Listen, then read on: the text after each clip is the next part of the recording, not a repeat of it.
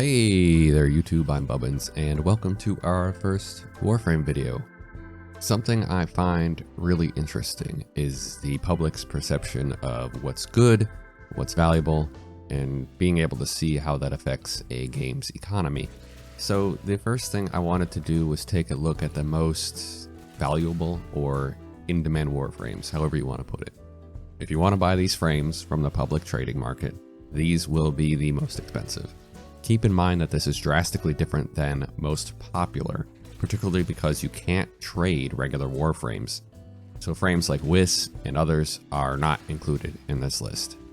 Data was gathered last week from warframe.market with rankings based on the current price for a full blueprint set. Prices may very well be lower if you buy each part independently. Now, how you use this is up to you. Whether it helps you decide which primes to chase because they're probably good, or gives you an idea as to which ones you want to farm and sell for platinum yourself, I hope it's useful in some way. With that, let's dive in.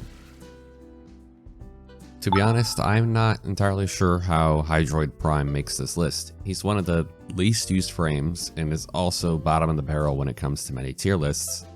The only notable thing is he used to be the frame for farming, and the simple fact that he hasn't been unvaulted since late 2021. While she isn't incredibly popular, or at least wasn't in 2022, Ember is a really solid A tier frame.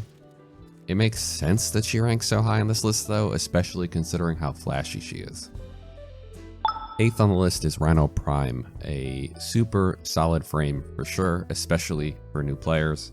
It's really hard to die as Rhino, and dying is one of a new player's biggest worries.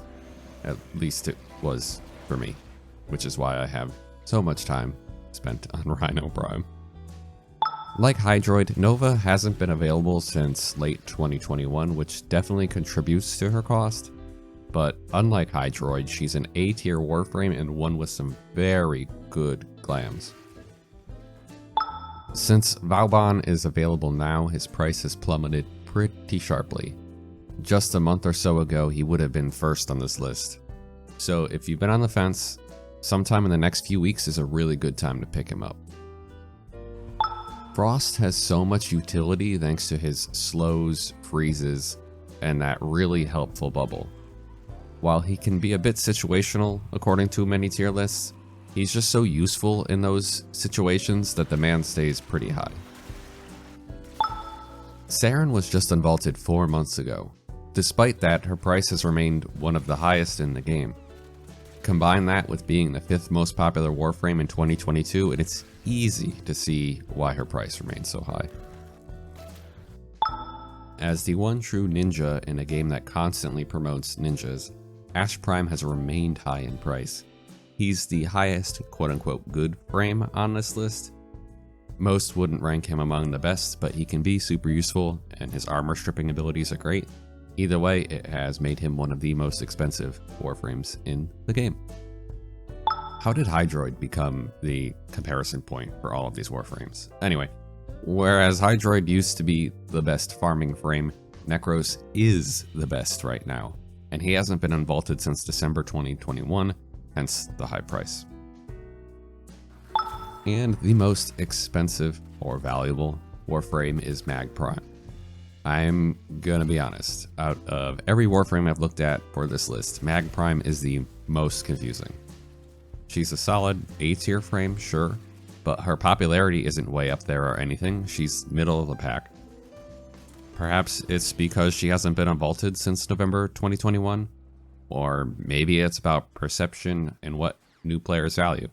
She looks cool, obviously, and is a glass cannon nuke, so maybe that's something that a lot of players chase.